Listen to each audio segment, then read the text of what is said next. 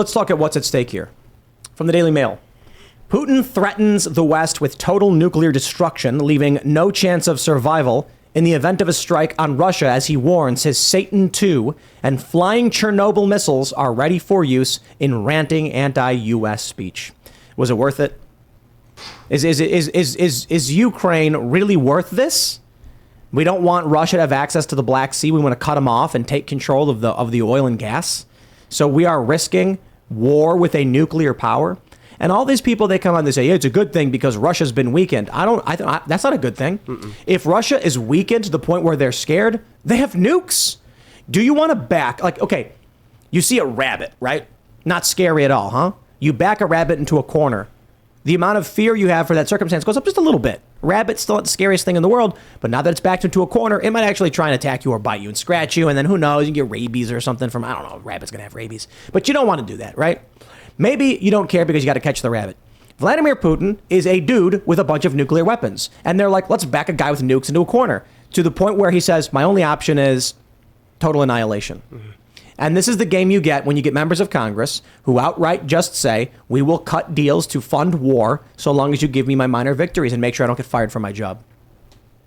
Yeah, this is a very crazy situation that a lot of people have been warning about, as of course the majority of people don't want war. No. The only people who vote for the war are the members of Congress that, in my opinion, should be going there and then fighting it. If you really want this war, go out there and fight it. The argument that Russia has been weakened is also being challenged by a lot of individuals who are bringing up the success of BRICS and the larger relationship that Russia now has with India, with China, with Saudi Arabia, and its other energy distribution that now they're moving around the world, selling it to other countries who are now selling it back to Europe at a premium. So if you look at exactly what's happening here, this isn't just a devastation because of the possibility of a nuclear war. This is already devastation for the people of Ukraine that have started to draft women into the military. This is already a devastation for the world's poorest people since there's a food supply shortage. This is already a horrible situation for all the people in Europe who are poor because now their energy prices are going to be skyrocketing, especially if Europe has a dark winter,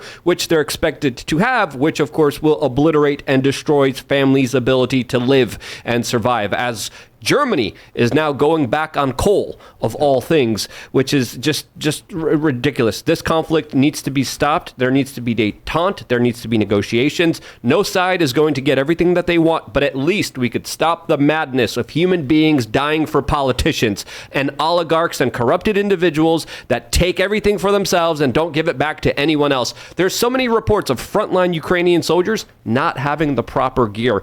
We're giving $200+ million a day to Ukraine. $200+ million every single day of your money is going over there. Where's it going to? Well, according to CBS News, only about 30% of that goes to the actual people.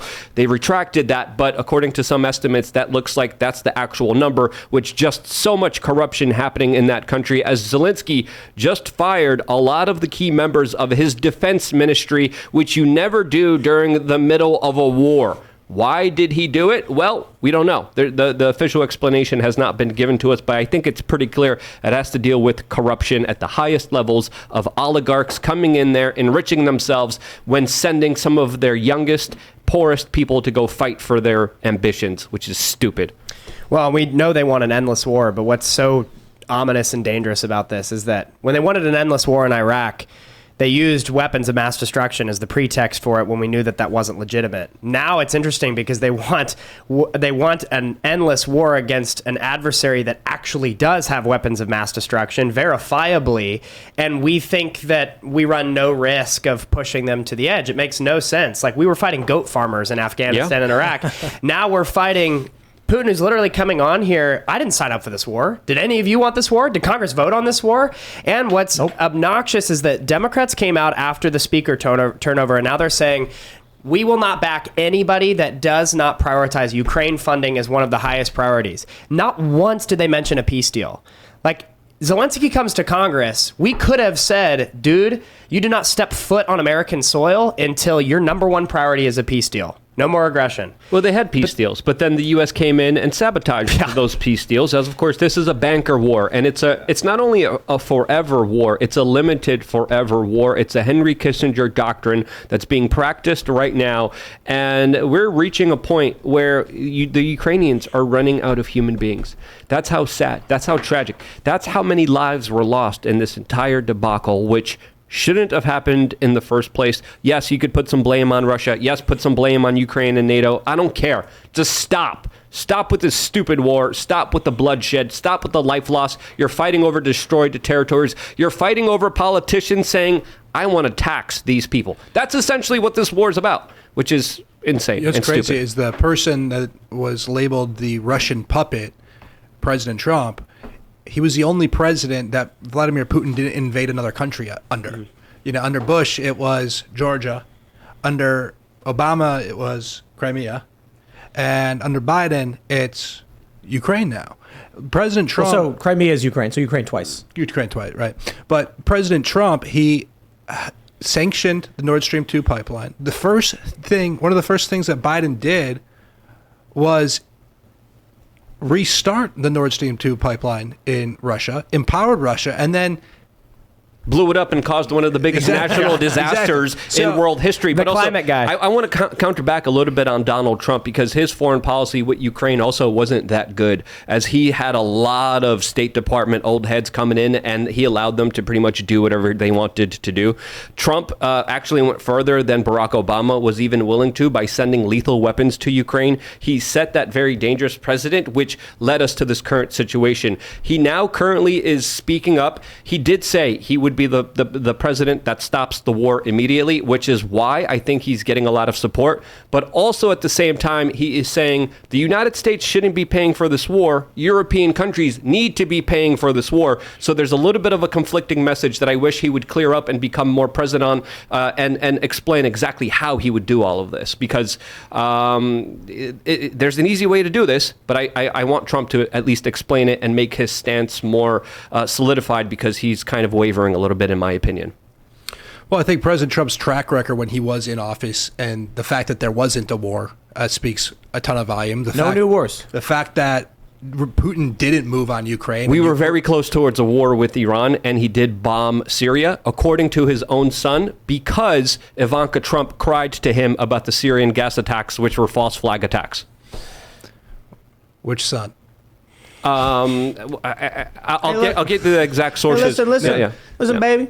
Trump's not perfect, but I mean, a strategy for withdrawal from Syria, withdrawal from Afghanistan, which were botched. By the way, the State Department lying to the American people and Donald Trump. But the Abraham Accords were good. His efforts towards peace in North Korea was amazing. He worked on a lot of peace with no new wars. Serbia, Kosovo. The North Korea stuff was great, but then he brought in Bolton that came in and said that North Korea is following the Libyan model, which really pissed off North Korea and then destroyed any kind of peace talks and negotiations. I don't think we're going to get this libertarian dream of a president who's going to come in and solve everything overnight. Of course not. But it is undeniable that Donald Trump's foreign policy was actually good based on the situation that we are in. Well, and he listened to intelligence too much. He's got to trust his guys. Yes. I mean, when intelligence lies to him blatantly about what's happening on the ground in Afghanistan in order to halt a withdrawal that they then botched a year later, you know, our intelligence operation in the United States was behind all this. You know, he gets briefed every morning by the intelligence apparatus that sits in a room and says, Mr. President, if you move the embassy to Jerusalem,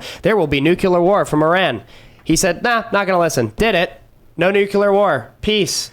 And when he would trust his gut and actually not listen to the John Boltons of the world, there was a natural inclination toward peace, because I think that's who the guy is. I mean, honestly, he truthed, what was it, a month ago? I just want all the dying to stop. Like, I want dying to stop on both sides. I'll be honest. I think out of all the candidates, I think Vivek has one of the best kind of foreign policies out there. But second to him, I will admit, it is Donald Trump, because he's still one of the few people willing to have an anti-war kind of sentiment, which is rare. And when you look at the entire Republican ticket, DeSantis doesn't want to talk about Ukraine. He doesn't give any answers about what he would do in Ukraine. He flip-flops on it a lot, and it's very concerning to see so many neoconservatives kind of aligned with him as well. So I would say, you know, Donald Trump, again, not perfect. I think he does deserve to be criticized on some of his foreign policy, but out of what we have, I think he's one of the best. Well, did you watch the Bill O'Reilly Tucker Carlson interview?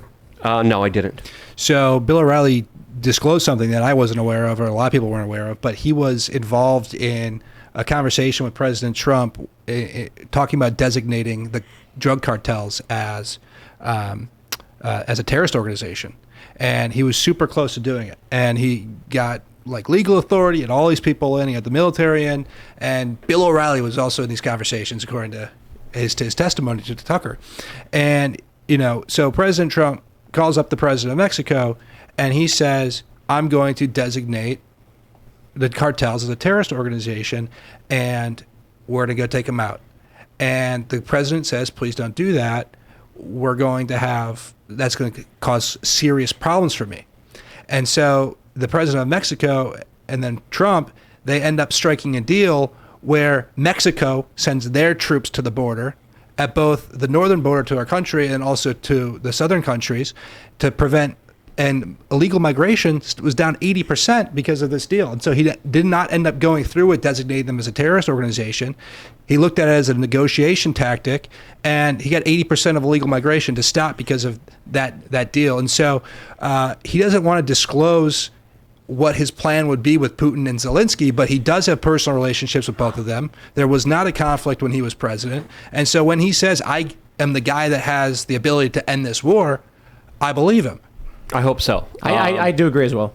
I think the day they announce Trump's the winner, before he's even president, the fighting stops. Thanks for watching this clip from the Timcast IRL podcast. Hang out with us live Monday through Friday at 8 p.m. and become a member over at timcast.com for uncensored, members-only shows exclusive. Thanks for hanging out, and we'll see you all next time.